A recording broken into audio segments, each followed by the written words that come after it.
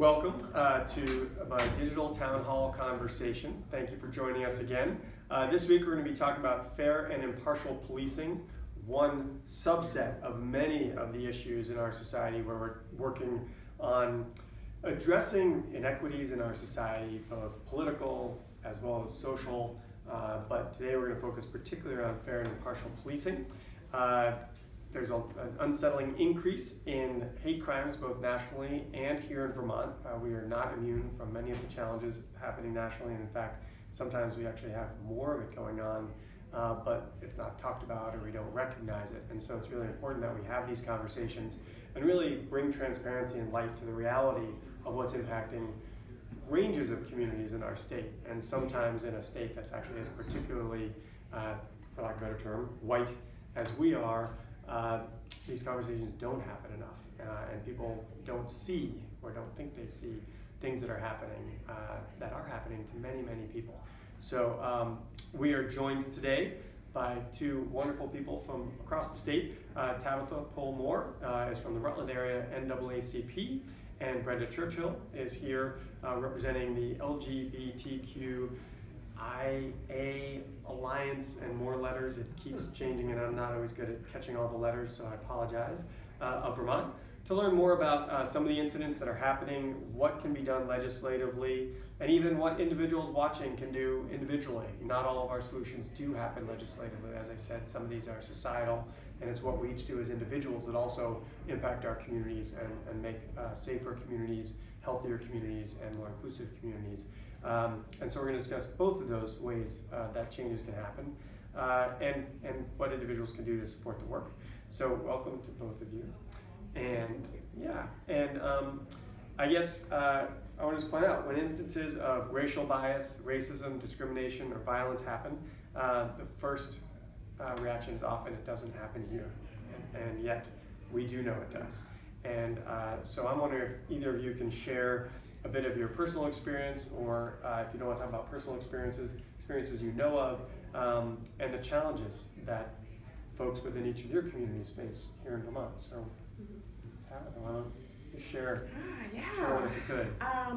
Well, I mean, I think one of the things that's important is to note that though the LGBTQIA kind of community and the Black community are very much intersectional, and there are people that belong to both. And so for me, as recognizing that, I feel like we are same community, but we might have different experiences. I mean, the same idea is like, hey, we're going to be oppressed, but Brenda's my community too. Yeah. So. But the life experiences and what you experience are different. Our lenses are different. Absolutely. Yeah. So the lens, as a person of color, what we tend to experience here in Vermont is what you said. It's this hyper-visible invisibility. Everything you do is magnified, and at the same time, your experience is not represented anywhere in anything you see. And because Vermont is so white, one of the greatest problems that we face is that when systems and people in positions of power have nobody of color, they tend to, it's like confirmation bias around an issue. So when things like threats come up and we're deciding whether or not something's a threat, well, if I've never experienced it as a threat, I'm not going to assume that, I'm not going to see something as a threat. And I'd say that that is probably one of the largest issues in ameliorating issues for people of color in Vermont. And I think that even our most well-intentioned white folks make some pretty big mistakes. Sure. Yeah. And I mean, I got a call from Peter. And the key is to learn from them. Right. And then make every attempt not to repeat those mistakes, which actually we repeat them too. Yeah. But if we're all on the path towards improving ourselves and therefore also improving how and what we do, right, then we don't take that as an insult. It's like, actually, I'm still learning. And actually, the other day I posted on a Facebook page about, there's a term, to be awoke, right, or awake. And actually, it's an awakening, it's a process. And actually, there will probably be very hard for me to ever be fully awoke. And if you're not recognizing that it's a long process, but it's got to be an intentional process, then you're still not really opening yourself up to some of the privileges one has had, and I should say, instead of saying you, I should say I and others like me have had. Mm-hmm. Yeah, and it's funny you should mention that because Victor Lee Lewis, I don't know if you're familiar with the film The Color of Fear. Okay. It's a phenomenal film. It's older, but he was one of the folks in there, and he now does emotional freedom technique out of I'm going to say California. But he has kind of changed the term from being woke to awakening. Oh, there you go. So it's kind of like, yeah, so you're cool, actually I'm glad we're on the same wavelength. Not even having known it. But that's, I mean, it's a constant process. None of us ever arrives, even, folks like me. And one of the biggest issues that I face here around racism in Vermont is this idea that I'm not racist. Like, it's it's that leftover from the 80s, 90s idea about what racism is. And either you are or you are not. Right. And I would say that growing up in a society that prefers one over the other, there's no way for that not to play into your way of thinking. And for people of color, people from other minority, we're not minority, but our experiences are considered less than.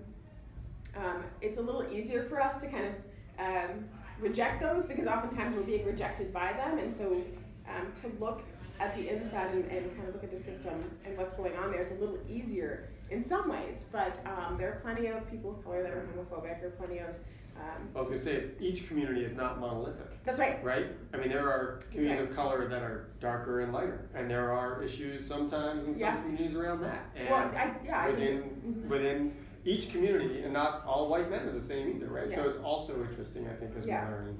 Well, and colorism is this whole idea. It still fits in with this idea of white supremacy. But people know all the kinds of experiences that people of color have in our country. I think a lot of people don't know. Yeah, that's true. A lot of people don't know.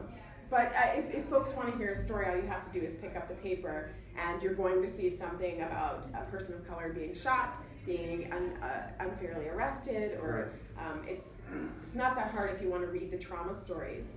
But being part of the solution, I think, is where you're headed. And I tend to focus more on like the mindset, so that we're aware. Right, and our lens on some of these issues is created through the media. Absolutely. Right? And so when stories about crime are always fixated on the color of someone, and or those stories make the news when plenty of white criminals or crimes don't get as much media play proportionally as occurs, then people get in their mindset, oh, people with darker skin do more crime. It's like, actually, that's not true. Right. But people, when you start to build a bias through this, from when you're watching news as a 3-year-old through many, many years, then that's when that racism is ingrained, having that implicit bias is ingrained, and you're almost, I'm not going to say not at fault for it, but if society's telling you something over and over again and it becomes ingrained, it takes effort to become aware of that and then work to dismantle it. So anyway, we can go on quite a bit. Each one of these things we can talk about for hours, and we've got about half an hour. So one of the Brenda, things I wanted to point out is that I learned from Tabitha every day. She's a wonderful teacher and very patient with me. And I'm going to go back to something that you said earlier, which was of consequence, and that's that Vermont often says, well, there's no racial bias here, and there's no prejudice, and there's no crime, but whatever it might be. And one of the things about my community is that these microaggressions and things that happen against us are there present on a daily basis. And it was interesting the first year that I was here in the State House, and I think you remember some of the times we came in and talked. I also got a good Q&A with T.J. Donovan's office and even Governor Scott, and they asked me, said, have you seen any increase in violence in Vermont? Now this is going back within 2 or 3 months from being in office, and I had to honestly say no. Nothing has come to me that is different or unusual or unique because we now have a change in mindset in the White House. That's changed. It's definitively changed. It's statistically changed, and we can see that now, not only just in Vermont but across the United States. So what has trickled down from DC politics into our state is palpable, and it's measurable, and it's here. And we'll talk maybe a little bit if we have time about H3 that's now in the House as being a partial solution to this, and education being a big part. And have you seen similar, like would you say statistically and or palpably, that has also changed? Yeah, I mean, when the hate crimes report just came out federally, Vermont's statistics have tripled since 2016 election. We were chartered in 2016, so of course, there's an increase for us anyway.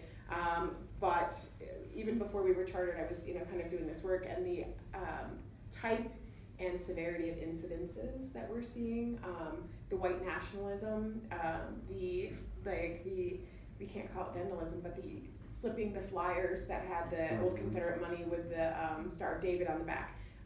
Things like that are happening far more often, and of course, what's happened with Representative Morris is a sign of the times. Recent press conference with a discussion about, yes, this is happening, but no, we can't do anything about it. So let's maybe delve into that a little bit. I don't know if H3 is part of that world as well, but what maybe either of you could give a little bit of more for folks. Yeah, very concerning with that press conference was the threats at the end against Christine Hallquist. And I was in contact with her, and she said, bring it on. So she definitely still has a feisty attitude about it, but it isn't as easy for other people to say that and to build a resistance against that outside influence. We see it. I drive by it in Enosburg Falls when I'm coming and going from town. We understand that it's there, and it's bigger than it was.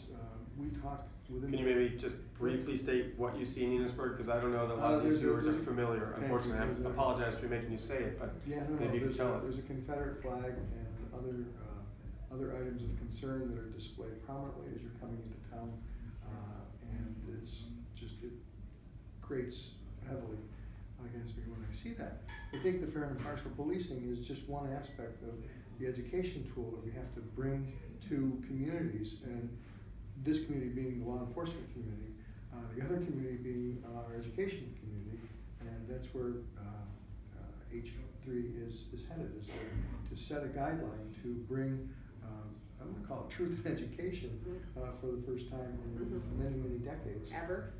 Thank you. It's a pretty fair. And the hand that we have in it from a testifying standpoint is that all people need to be represented in education, right from the third grader or even younger. We need to make sure that they see what is out there and who everybody is, not just the focus of a system-driven white man. Yeah. Well, and you talked about implicit bias and how it, begins in childhood, and that's the most critical point where we need to reach children, where children need to see people who are different than them. They need to see that their society was not just built by people who look like them, and that the way our society built was often on the backs of, was certainly on the backs of marginalized people. And the most critical age is that 0 to 5. And one of the questions we had the other day when we were testifying was, do you think that this needs to be, in the pre-K? And I'm like, that's where it needs to be more than anything. Right.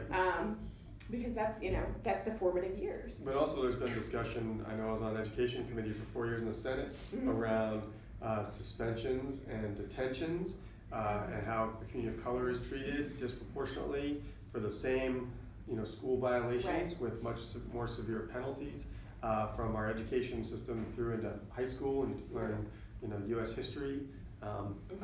This might reveal to a lot of people why maybe I'm farther along the awakening path, but my U.S. history textbook was Howard Zinn.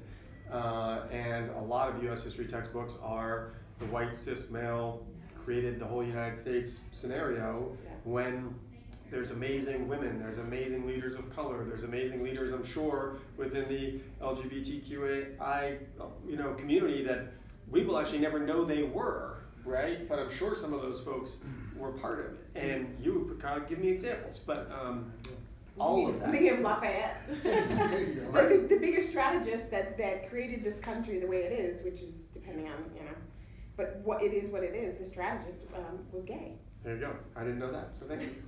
In testimony yesterday, what I did was I went in with 12 names, and I asked the folks in the committee to just keep score of all the names that you recognize, and only 2 of them recognized 3 names, and then I went down through and did the bios of 12 very important books, the LGBTQ history. And we're not talking like decades ago, we're talking about the last 50 years. And it included Eleanor Roosevelt. And it was amazing that folks did not know or have the tie-ins here. Why? Because they're left out of our education system. People don't get that now. And we need them to get that. So what are some of the discussions? Let's bring it back to the policing discussion that's happened in committees. It's going to continue on. It's some of the bills that you're talking about. What's being talked about, and what are some of the possibilities that you'd like to see happen? Right. Well, I think that what's happening right now, today, with the FIP is that there's been an acknowledgement that it hasn't been fully enacted, which I think FIP is fair and impartial policing. Sorry, yes. No, that's okay. That's my job as a host.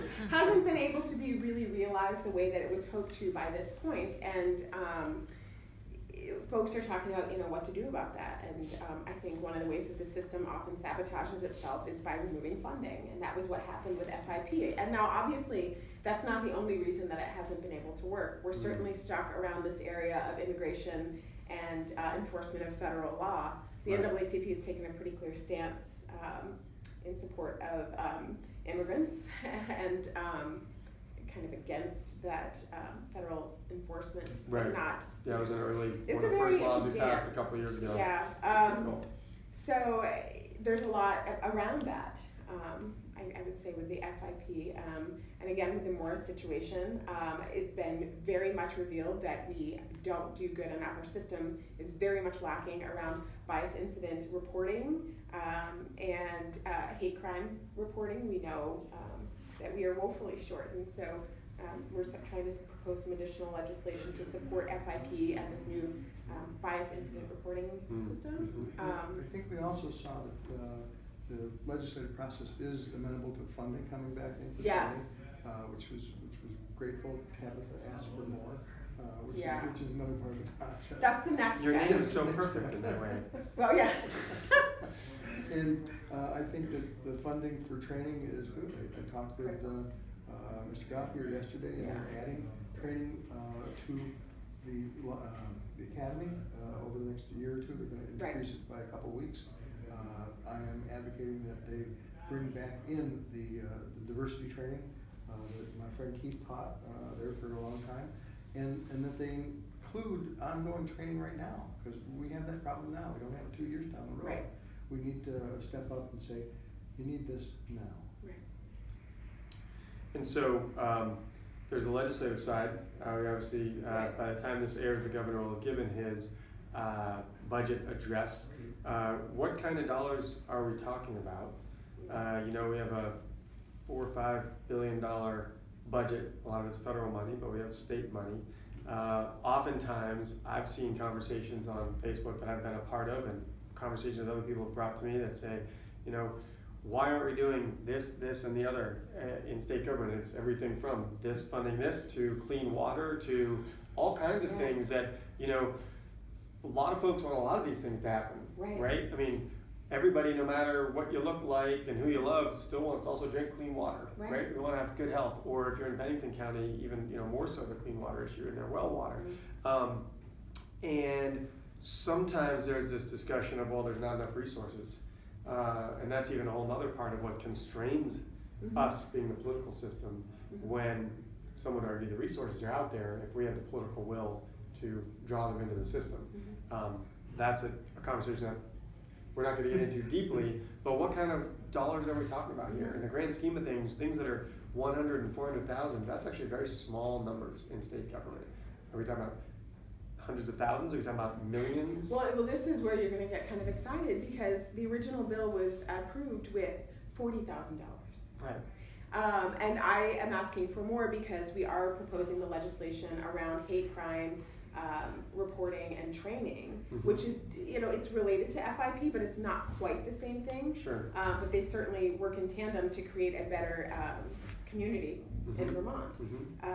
So I would propose 1.5 positions, and Rick Gothier would be the one to. So I suppose they're 150 to 170,000. If you pay them well, if you pay them what they should be getting paid, which is always another thing.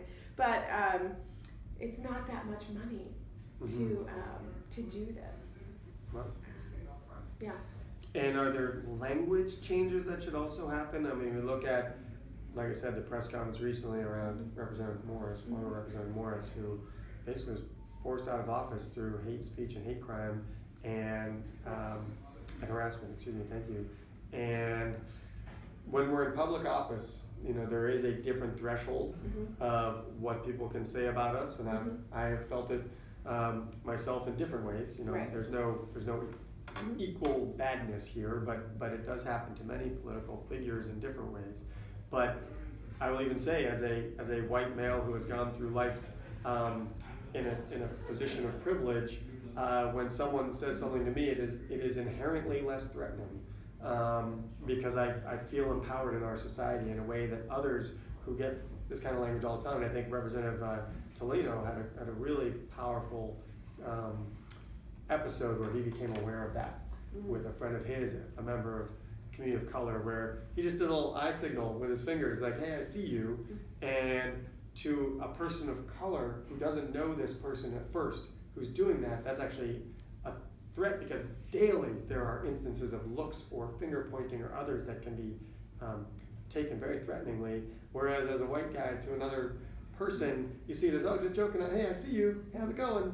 And so how we experience that is incredibly different. So what I'm getting at is, while I've taken some abuse as a politician, the true fear for my life or fear for my family, I've felt it a couple times with particular individuals, but not on a daily basis and not in a regular way Representative Morris did. And what are the possibilities for language there? I mean, I do think there was appropriate frustration that either A, the current law wasn't applied more aggressively by the Attorney General, or B, was there language presented by the Attorney General and said, okay, here's the changes we need to make? And if not, what do you see, or maybe is that still being talked about? What could be changed to really solidify the opportunity for law enforcement to protect people? No, I think, with all due respect to the Attorney General's office, he came out and the letter of the law was what he displayed to people, and he I think in his heart he'd probably like to go and do something, but is constrained now by law and has said so. Is that enough? No, I really don't think it is. I think they need to take a look at that and say, yeah, this is maybe First Amendment related, but you know what? Not quite. That's right. Well, and we cannot claim to be a bold, forward-thinking system if we are not willing to take bold, forward-thinking steps and just go like, oh, well, case law, or this has been proven. This will never get to the point where, you know, there's a tipping point in pressure where we're like, no, wait, we really do need to change this. I mean, I understand the perspective that, you know, every case example is set one way or another. Either it's upholding the status quo, which we know is wrong, or it's going against it. And I do understand this First Amendment argument. And I would also state that we have pushed on the First Amendment. We don't manipulate it, but we carve out protections. I mean, you can't yell fire, right? There's certain things that you can't do. Well, each of the different constitutionally protected elements, standing alone, appear very clear. But each one also bumps into the others. That's right. And that's where judicial interpretation and legal writing and what we can do in the political process is say, well, you also have the constitutional right to life, liberty, and the pursuit of happiness. Right, and so how do these balance? And what is the responsibility of the government to kind of enforce or administrate that? And I get that that's a very difficult situation. And we have changed things, we've changed protections based on the dominant society's ability to understand that their experience of what a threat is, or their experience of what harassment might be, or their experience of what First Amendment rights should be, is quite different from the people who have suffered, the people whose backs that this country was built on. For us to come up into power, Kai's experience as a legislator obviously is very different than yours, right? Absolutely. And there is an ethical component here that we cannot say that we want to